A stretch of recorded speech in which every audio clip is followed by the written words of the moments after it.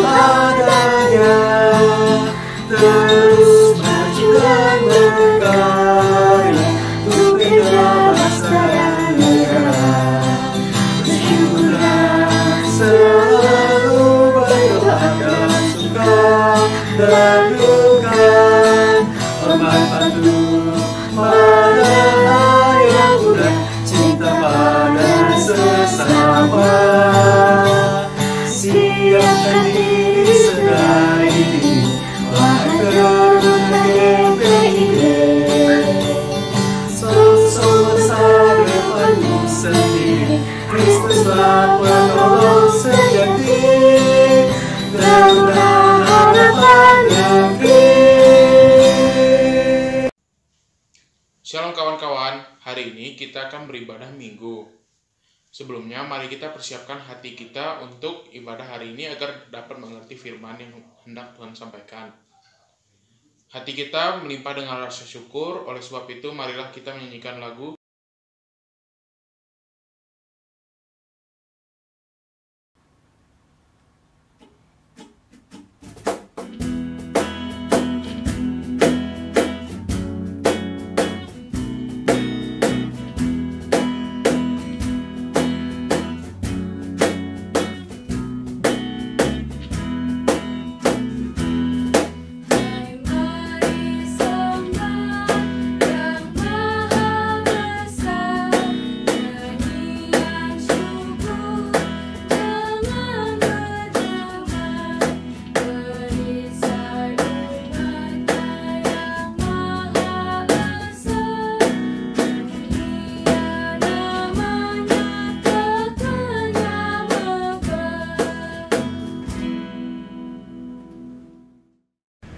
Teman-teman, sebelum kita mendengarkan firman Tuhan, marilah kita bersatu dalam doa. Ya Tuhan, sekarang kami akan mendengarkan firman-Mu. Berkatilah kami, agar kami dapat mengerti firman yang hendak Kau sampaikan. Berkatilah juga kalian, agar kalian dapat membawa firman-Mu dengan baik ya Tuhan. Curahkanlah Roh Kudus-Mu ke atas kami. Dalam nama Tuhan Yesus kami berdoa. Amin.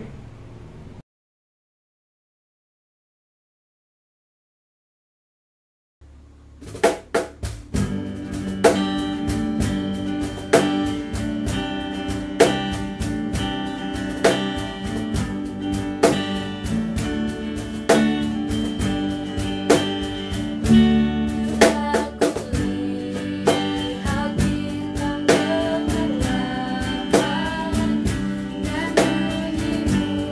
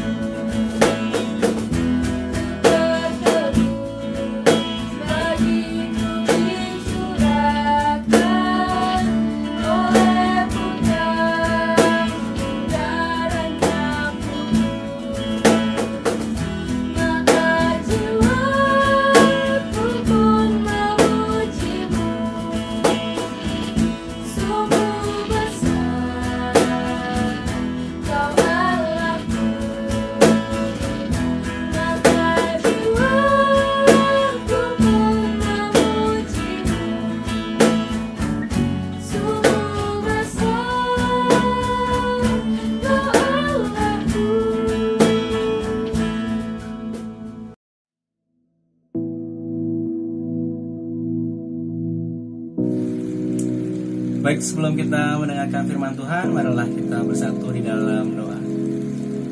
Tuhan Bapa yang baik, terima kasih Bapa jikalau Engkau telah mengumpulkan kami di sini untuk beribadah online pada pagi hari ini.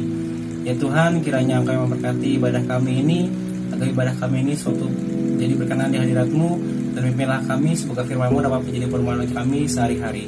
Terima kasih ya Tuhan, berkatilah hamba-Mu juga yang menyampaikan firman ini, kiranya apa yang hamba-Mu ini sampaikan semuanya daripada-Mu. Terima kasih Tuhan, haleluya, amin. Mari kita mempersiapkan bacaan kita yang terambil dari Efesus pasal yang ketiga, ayat pertama hingga ke-13. Sekali lagi, Efesus pasal yang ketiga, ayat yang pertama hingga yang ke-13. Mari kita berdiri untuk mendengarkan firman Tuhan. Haleluya. Haleluya, haleluya, haleluya. Mari kita baca bersamaan ya.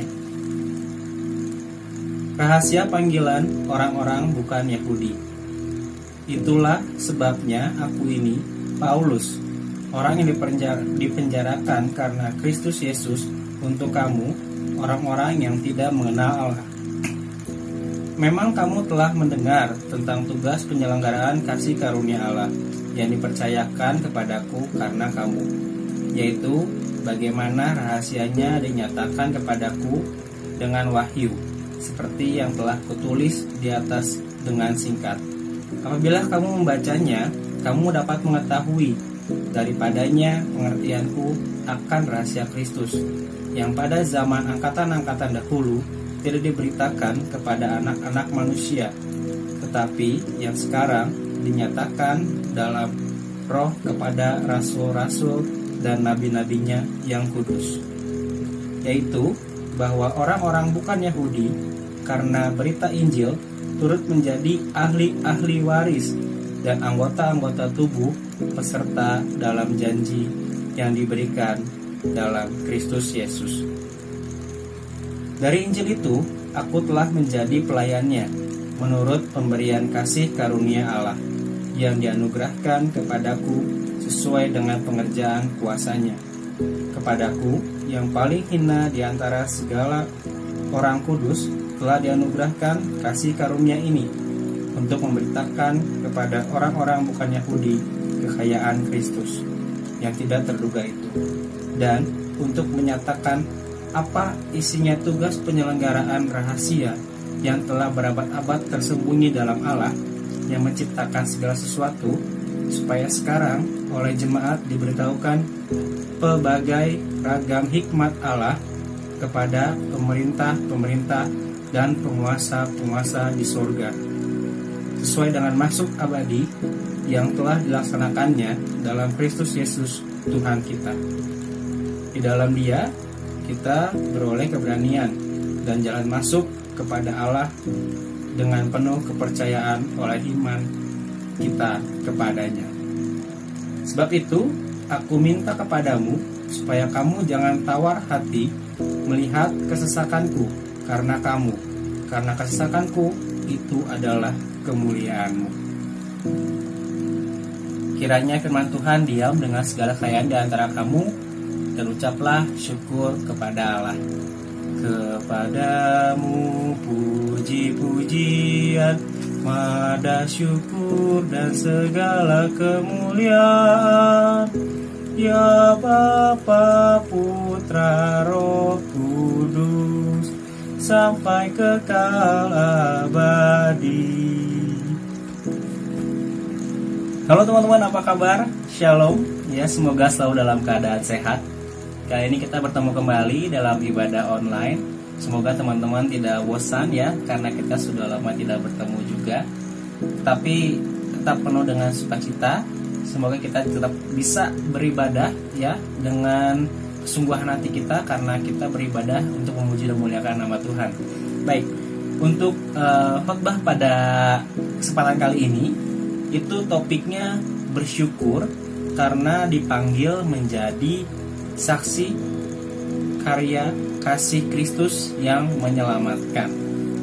Nah, sebelumnya kakak mau buka dengan sebuah pertanyaan seperti ini. Pernah nggak sih kita tuh membayangkan ketika kita dipanggil, ya? Nah, kita perlu garis bawahi dipanggil ini dari topik yang sudah kakak sebutkan tadi, ya. Bagaimana sih rasanya jika teman-teman dipanggil oleh nama panggilan teman-teman? Gimana coba? Mungkin teman-teman akan merasa lebih, oh yang manggil tuh teman deket aku gitu. Oh yang manggil tuh benar-benar kenal aku karena dia tahu nama panggilan aku, mungkin gitu ya. Mungkin juga teman-teman juga menganggap bahwa orang yang memanggil nama panggilan untuk teman-teman itu adalah teman-teman dekatnya, ya, sahabatnya yang nggak pernah berantem gitu. Nah, bagaimana kalau kita dipanggil mungkin dengan panggilan sayang, atau juga kita dipanggil, ya, tapi untuk sifatnya panggilan pekerjaan, panggilan kita mendapatkan juara lomba, panggilan kita mendapat promosi jabatan. Dalam setiap panggilan itu pasti ada sebuah perasaan atau ikatan emosional, yang mungkin ikatan emosionalnya itu muncul ketika kita merasa dipanggil. Bisa itu penasaran siapa sih ini yang manggil aku, atau juga bisa ini harapan aku menjadi juara. Nah, panggilan itu kadang-kadang sesuatu yang kita bisa dibilang bikin kita penasaran dan bikin kita menanti-nantinya juga gitu ya. Nah, yang menarik adalah secara tidak langsung kita sebagai orang Kristen, tanpa kita mendengar panggilan tersebut, kita tuh sudah punya panggilannya sendiri gitu. Sebagai orang Kristen, kita memiliki salah satu panggilan, ya, dan panggilan itu adalah bersaksi tentang Tuhan. Kita harus percaya bahwa Tuhan itu adalah karya keselamatan bagi hidup kita. Karena itu kita menjadi seorang Kristen. Nah, teman-teman juga perlu ketahui bahwa walaupun kita istilahnya tidak mendengar panggilan itu secara langsung, tapi kita tuh ada panggilan dalam hati kita untuk secara tidak langsung tuh menceritakan ataupun bersaksi tentang Tuhan, bahwa Tuhan kita lah Tuhan yang membawa keselamatan bagi dunia. Karena buktinya apa? Karena buktinya Tuhan kita sudah mati di kayu salib, dan itu adalah untuk menebus semua dosa umat manusia. Jadi secara nggak langsung tuh kita sudah berani bersaksi karena kita yakini bahwa Tuhan itu benar gitu. Nah, bersaksi juga ada macam caranya. Bersaksi bukan hanya ketika ketemu teman, hai, kamu tahu Tuhan aku nggak? Nggak kayak gitu juga. Bersaksi itu bisa jadi dari tingkah lakunya teman-teman, bisa jadi perbuatannya teman-teman. Ketika teman-teman di kelas mungkin ya ulangan tidak mencontek, kemudian hasilnya bagus, itu adalah bukti bahwa teman-teman juga bersaksi tentang kejujuran gitu. Dan ketika teman-teman melakukan kesalahan, teman-teman juga mengakui kesalahan teman-teman. Itu juga perbuatan yang bisa dibilang suatu kesaksian, karena teman-teman tidak istilahnya apa ya, membuat sebuah kebohongan gitu. Nah, itu juga salah satu tipe-tipe bentuknya kesaksian. Nah, jadi kesaksian itu bukan hanya diceritakan, oh ya, saya bersaksi. Mungkin ya ulangan tidak mencontek, kemudian hasilnya bagus, itu adalah bukti bahwa teman-teman juga bersaksi tentang kejujuran gitu. Dan ketika teman-teman melakukan kesalahan, teman-teman juga mengakui kesalahan teman-teman. Itu juga perbuatan yang bisa dibilang suatu kesaksian, karena teman-teman tidak istilahnya apa ya, membuat sebuah kebohongan gitu. Nah, itu juga salah satu tipe-tipe bentuknya kesaksian. Nah, jadi kesaksian itu bukan hanya diceritakan, oh ya, saya bersaksi, nggak hanya kayak gitu. Teman-teman tingkah lakunya baik, pikirannya baik, dan teman-teman lakukan itu sehari-hari, teman-teman sudah mencerminkan citra Allah gitu. Nah, hal itu juga kita lakukan ya, terutama tindakan-tindakan itu tujuannya untuk satu, teman-teman, supaya kita ini memiliki sebuah komitmen. Karena kalau dalam teori manajemen itu ada semuanya itu berawal dari pikiran,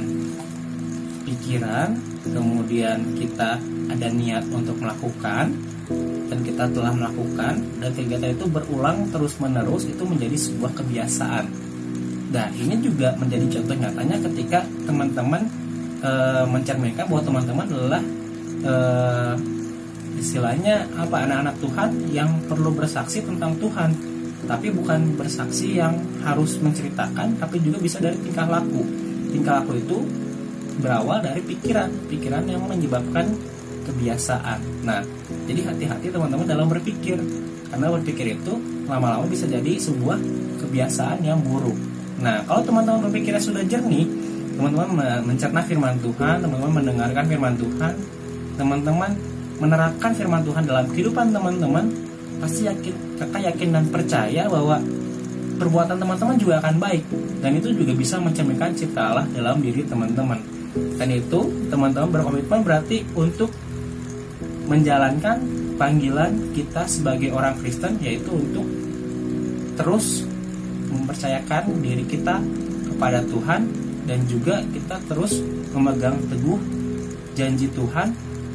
Supaya apa? Supaya kita semua memperoleh keselamatan gitu. Jadi teman-teman gak usah khawatir kalau bersaksi itu harus ada pengalaman, misalkan sakit keras, kemudian teman-teman disembuhkan, atau teman-teman kecelakaan, terus teman-teman disembuhkan, terus teman-teman bersaksi. Gak harus tentang itu. Ketika teman-teman berani hidup benar dalam perbuatan teman-teman, itu juga salah satu cara bersaksi tentang Allah, tentang Tuhan kita, dan itu adalah salah satu panggilan kita. Nah, kakak singkat saja untuk kesempatan kali ini, kakak akan tutup dengan sebuah pernyataan seperti ini. Jadilah pribadi yang memiliki hati yang terang, walaupun cahaya itu kecil, tapi tetap bercahaya di antara gelap. Itulah cara kita bersaksi. Jadi walaupun lingkungan teman-teman selalu menuntut teman-teman untuk berbuat yang tidak sesuai dengan hati nurani teman-teman, teman-teman tetap yakin dan percaya bahwa Tuhan memberikan hati yang terang dalam diri teman-teman, supaya terang itu walaupun kecil tetap memberikan dampak besar di lingkungan teman-teman. Sekian khotbah ataupun cerita dari kakak. Semoga teman-teman dapat mendengarkan setiap pesan yang kakak sampaikan, dan juga yang terpenting adalah kita harus yakin bahwa kita itu sebagai orang Kristen memiliki panggilan untuk bersaksi. Kita juga harus memiliki sikap yang mau untuk bersaksi, dan yang paling penting kita juga harus berkomitmen dalam setiap perkataan dan perbuatan kita untuk bersaksi. Terpujilah nama Tuhan. Amin.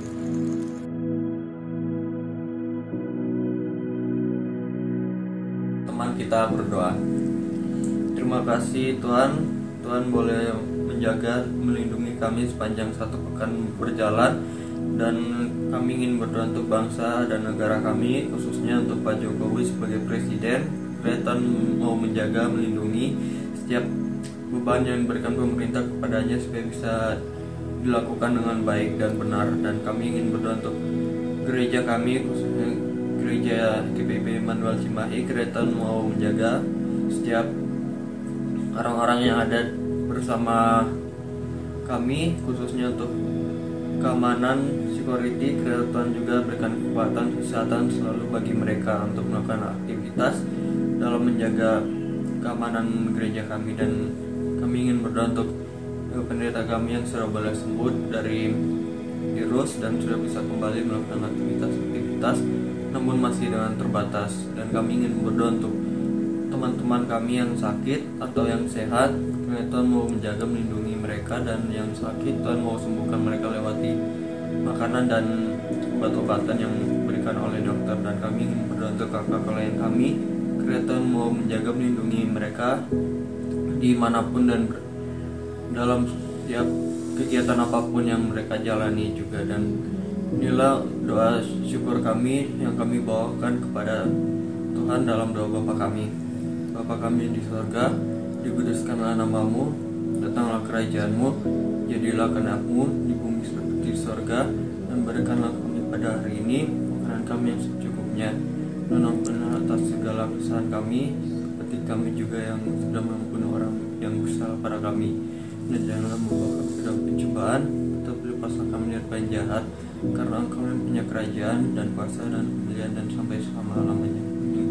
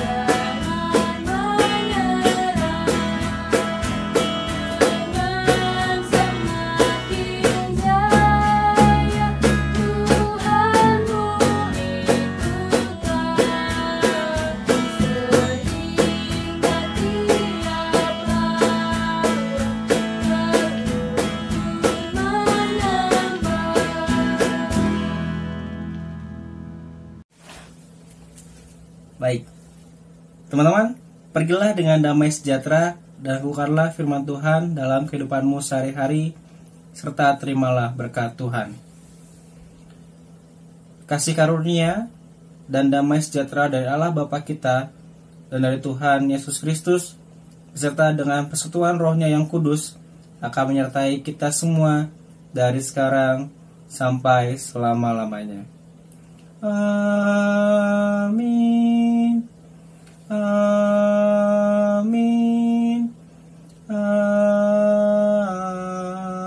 Amin. Ibadah selesai. Selamat hari Minggu, teman-teman. Selamat beraktivitas kembali. Tetap jaga kesehatan. Tuhan memberkati. Sampai ketemu di ibadah offline ya. Dadah.